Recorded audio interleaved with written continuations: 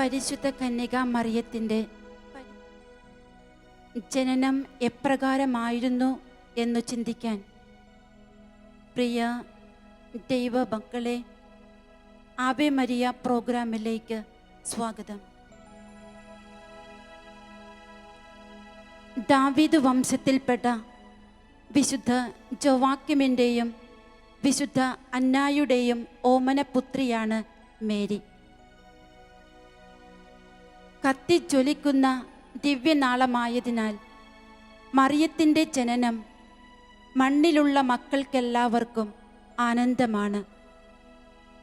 വൃദ്ധരായ മാതാപിതാക്കൾ തങ്ങളുടെ കുഞ്ഞിനെ ദേവാലയത്തിൽ സമർപ്പിച്ചതിനാൽ ദേവാലയത്തിൽ വളർന്നു വന്ന മേരി തൻ്റെ അധരത്തിലും ഉദരത്തിലും ഹൃദയത്തിലും ദൈവത്തിൻ്റെ വചനം നിറച്ചുകൊണ്ടാണ് ദേവാലയത്തിൽ നിന്നും പുറത്തേക്ക് വരിക. ആദ്യ മാതാക്കൾ ചെയ്ത പാപത്തിന് പരിഹാരം ചെയ്യാൻ ദൈവമായ കർത്താവ് അനാദി മുതലേ മേരിയെ ഒരുക്കുകയായിരുന്നു. ലോകരക്ഷയ്ക്കായി ദിവ്യപുത്രന് ജന്മം കൊടുക്കുവാൻ ദൈവത്തിൻ്റെ അരുളപ്പാട് അതേപടി വിശ്വസിക്കുകയും സ്വീകരിക്കുകയും ചെയ്തതിനാൽ ഇന്ന് ലോകമെമ്പാടും അറിയപ്പെടുന്നവളായി മാറി. ദൈവേഷ്ടപ്രകാരമല്ലാത്ത ഒരു പ്രവൃത്തിയും മേരി മാതാവിൽ നിറഞ്ഞു നിന്നതായി കേട്ടിട്ടില്ല.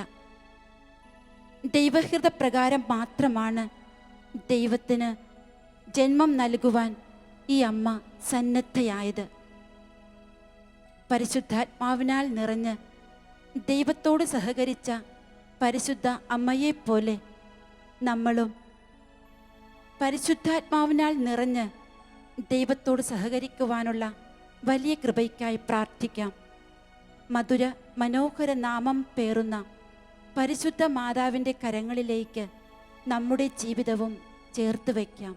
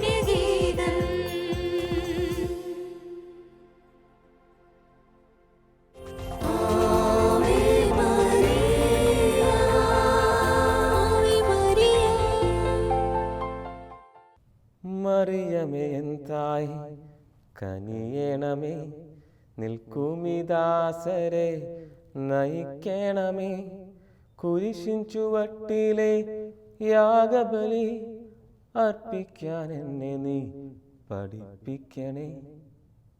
പരിശുദ്ധ അമ്മേ, മേരി മാതാവേ, ഞങ്ങളെ ഓരോരുത്തരെയും ഞങ്ങൾ സമർപ്പിക്കുന്നു. നിന്റെ കുരിശിൻ ചുവട്ടിലെ യാഗബലി അതിൻ്റെ പൂർണ്ണതയിൽ അർപ്പിക്കുവാൻ ദാസരായ ഞങ്ങളെ നീ പഠിപ്പിക്കണമേ.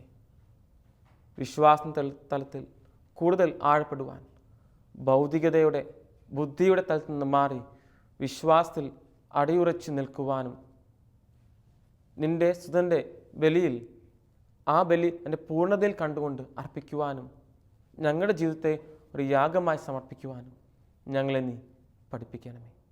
ആമേൻ. വിശുദ്ധ ലൂക്കായുടെ സുവിശേഷം 2-ാം അധ്യായം 50, 51, 52 വാക്യങ്ങൾ.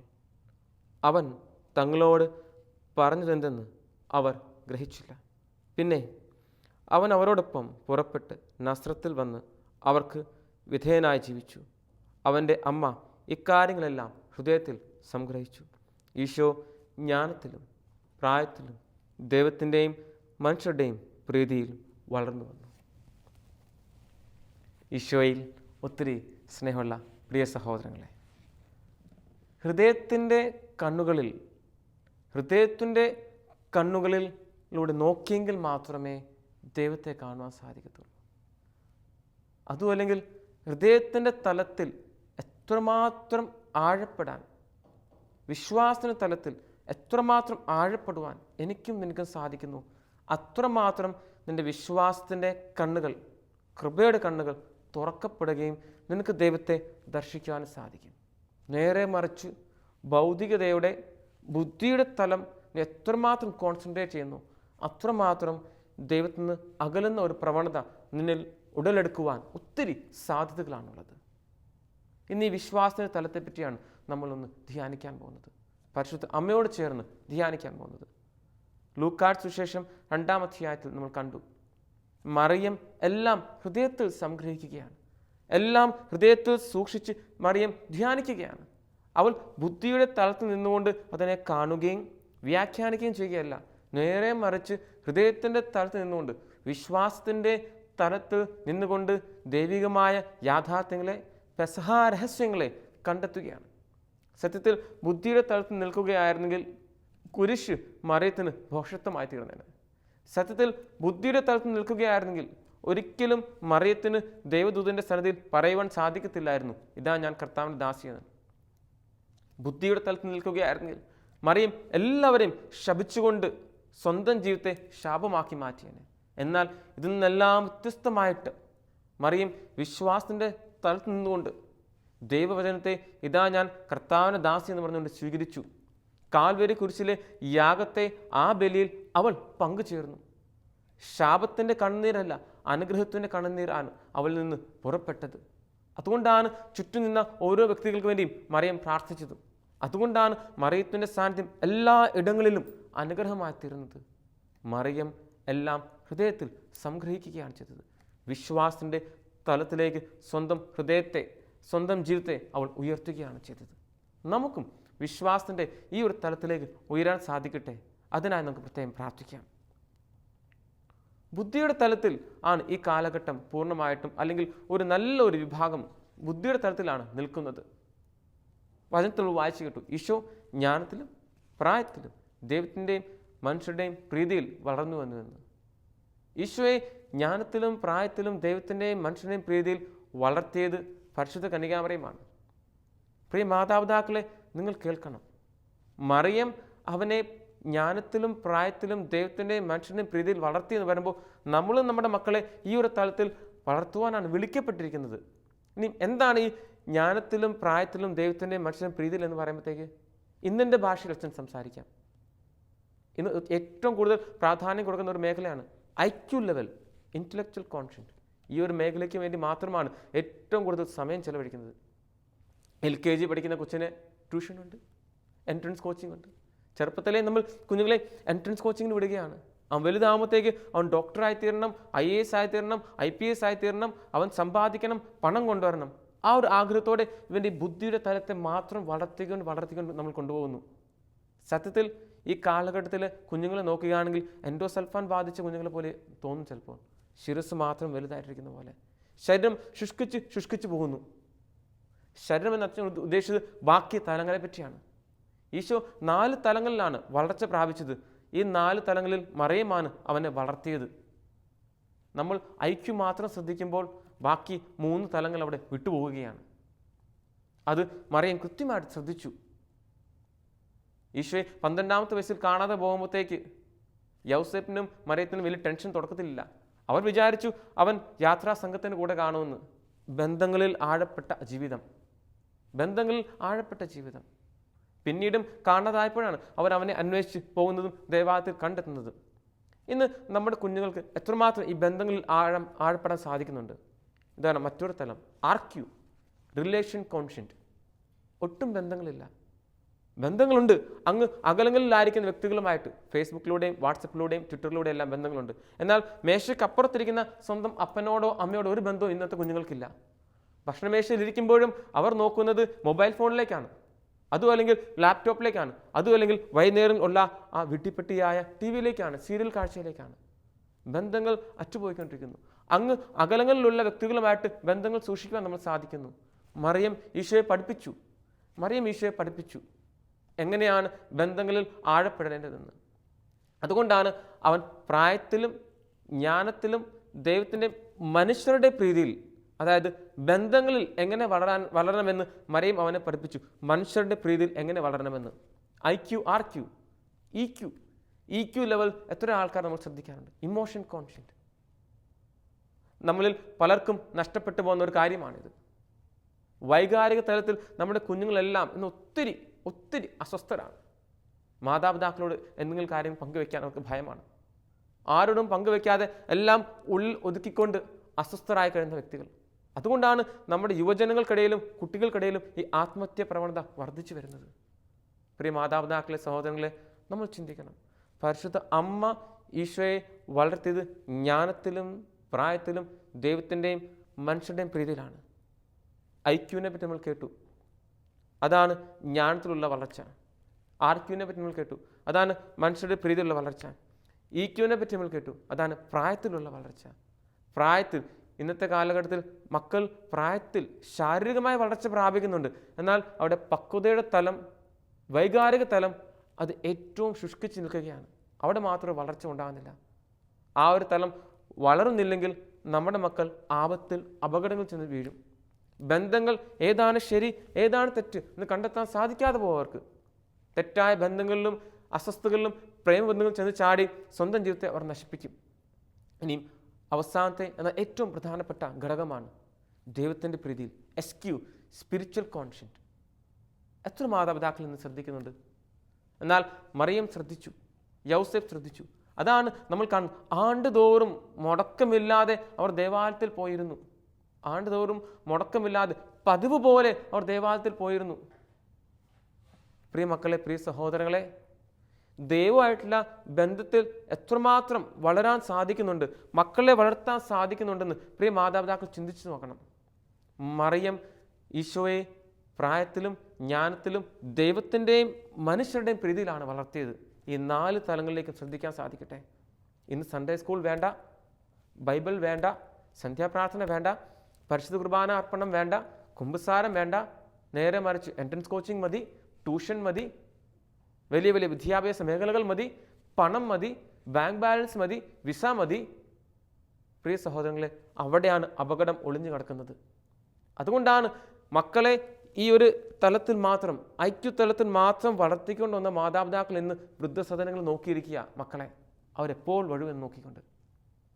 ചില മക്കൾക്ക് മാതാപിതാക്കൾ ATM കൗണ്ടർ മാത്രമാണ്, പണം നൽകുന്ന പെട്ടി മാത്രമാണ്. പ്രിയ മാതാപിതാക്കളെ, സഹോദരങ്ങളെ, പരിശുദ്ധ അമ്മ എല്ലാം ഹൃദയത്തിൽ സംഗ്രഹിച്ചു എന്ന് പറയുമ്പോൾ വിശ്വാസ തലത്തിൽ ഉറച്ചു നിന്നുകൊണ്ടാണ് ഈ ഒരു 4 തലങ്ങളിൽ ഈശോയെ വളർത്തിയത്. നമുക്കും നമ്മുടെ മക്കളെ ഈ 4 തലങ്ങളിൽ വിശുദ്ധിയിൽ, നന്മയിൽ വളർത്തുവാൻ സാധിക്കട്ടെ. IQ, EQ, RQ, SQ. Intellectual conscience ജ്ഞാനത്തിൽ, ഇമോഷണൽ കോൺഷ്യൻ പ്രായത്തിൽ, റിലേഷൻ കോൺഷ്യന്റ്, മനുഷ്യരുടെയും എസ്ക്യൂ ദൈവത്തിൻ്റെയും പ്രീതിയിൽ അവൾ ഈശോയെ വളർത്തി. നമ്മുടെ മക്കളെയും ഈ 4 തലങ്ങളിൽ പക്വതയുള്ള മക്കളാക്കി വളർത്തുവാൻ നമുക്ക് സാധിക്കട്ടെ. ഇനിയും വിശ്വാസത്തിൻ്റെ തലത്തിൽ ആഴപ്പെടാൻ നമുക്ക് സാധിക്കുന്നില്ലെങ്കിൽ, വിശ്വാസത്തിൻ്റെ കണ്ടുകൊണ്ട് നമുക്ക് ചുറ്റുമുള്ള വസ്തുക്കളെയും വ്യക്തികളെയും കാണാൻ സാധിക്കുന്നില്ലെങ്കിൽ, ജീവിതത്തിലുണ്ടാകുന്ന സഹനങ്ങൾക്ക് ഒരർത്ഥവും കാണത്തില്ല. പരിശുദ്ധ കുർബാന എന്ന യാഥാർത്ഥ്യത്തിന്, കാൽവരിൽ ആ യാഗത്തിന് ഒരർത്ഥവും കാണത്തില്ല. കുമ്പസാരം എന്ന കൂദാശയ്ക്ക് ഒരർത്ഥവും കാണത്തില്ല. നമ്മളെല്ലാം മാറി നിന്ന് ഇതിനെല്ലാം വിമർശിക്കുന്ന വ്യക്തികൾ മാത്രമായി തീരും. പ്രിയ മക്കളെ, ഓർക്കുക, കുരിശിൻ ചുവട്ടിൽ കുറേ ആൾക്കാരുണ്ടായിരുന്നു. കുരിശിൻ ചുവട്ടിൽ കുറേ ആൾക്കാരുണ്ടായിരുന്നു. എന്നാൽ മറിയവും യോഹന്നാനും മഗ്ദലന മറിയയും മാത്രമാണ് ആ ബലിയിൽ പങ്കുചേർന്നത്. ബാക്കിയുള്ള ആൾക്കാർ കാഴ്ചക്കാർ മാത്രമായിരുന്നു.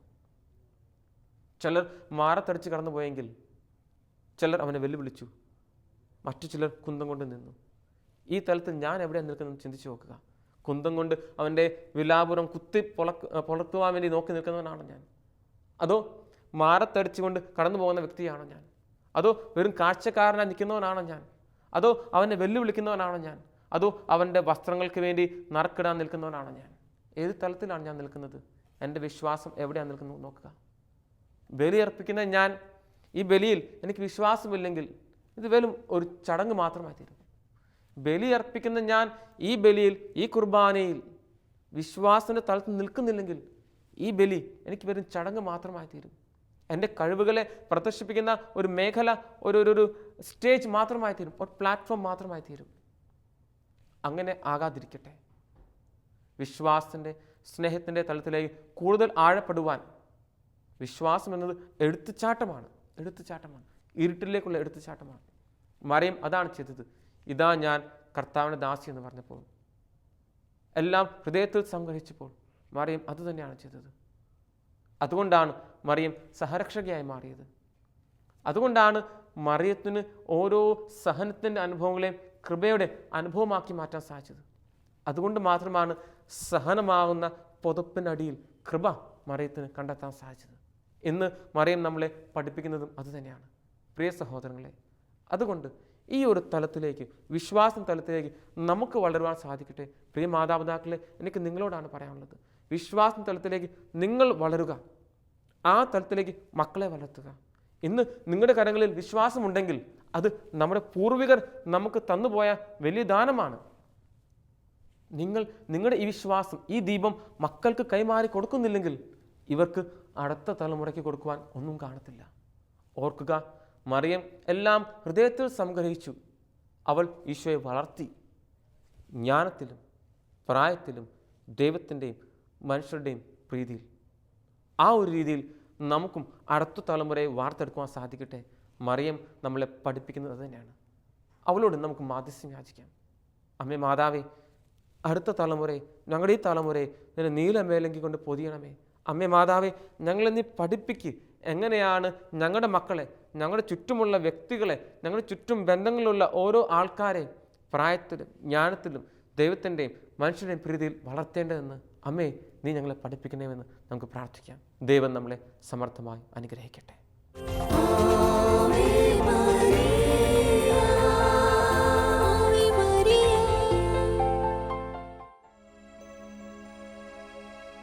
പ്രിയ ദൈവമക്കളെ,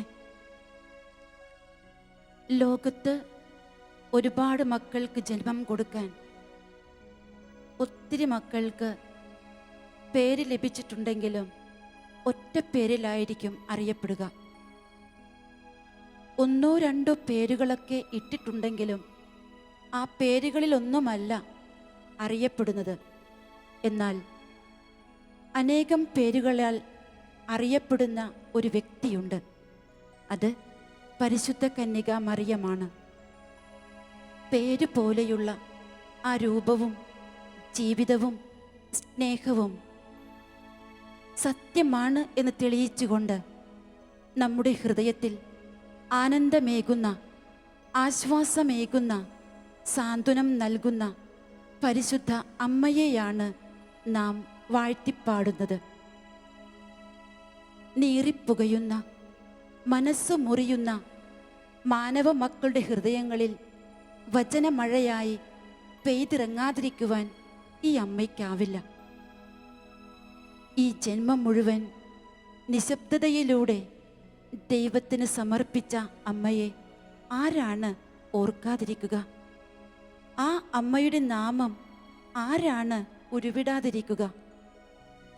അമ്മയുടെ സ്നേഹലാളിത്വത്തെ തോൽപ്പിക്കാൻ ഈ ലോകത്ത് ഒരു ശക്തിക്കുമാവുകയില്ല. ഈ ലോകം മുഴുവൻ അലിഞ്ഞു ചേർന്നിരിക്കുന്ന അമ്മയുടെ നാമത്തെ മക്കളായ നമ്മൾ വാഴ്ത്തിപ്പാടേണ്ടേ?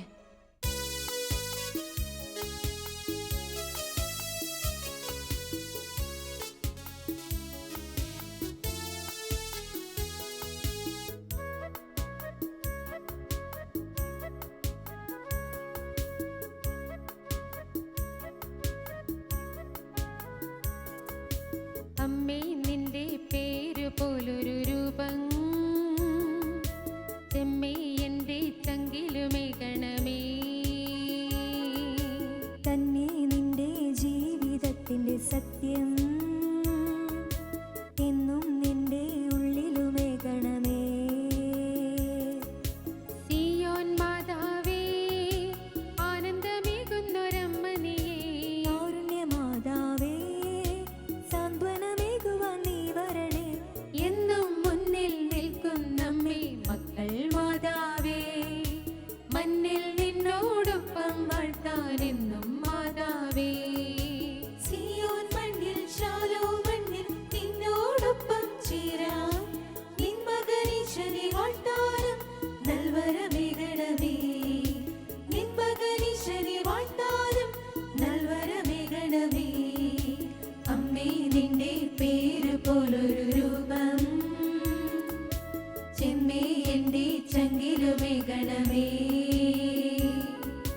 തന്നെ നിന്റെ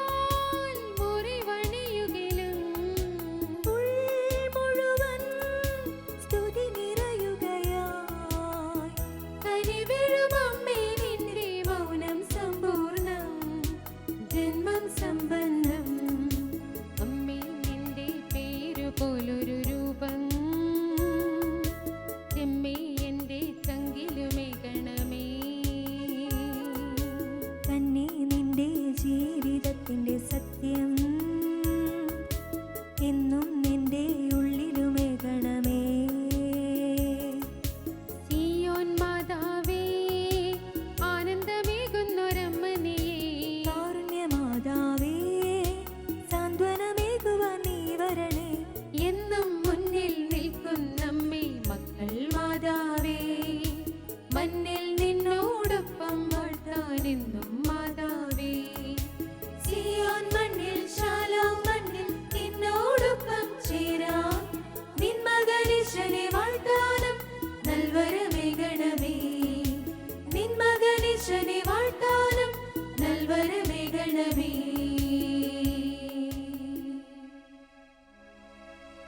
വചനമഴയായി പെയ്തിറങ്ങുന്ന പരിശുദ്ധ കന്യകാ മാതാവേ, ഞങ്ങളുടെ ഹൃദയത്തിലും വചനം കൊണ്ട് നിറയ്ക്കുവാൻ കടന്നു വരണമേ.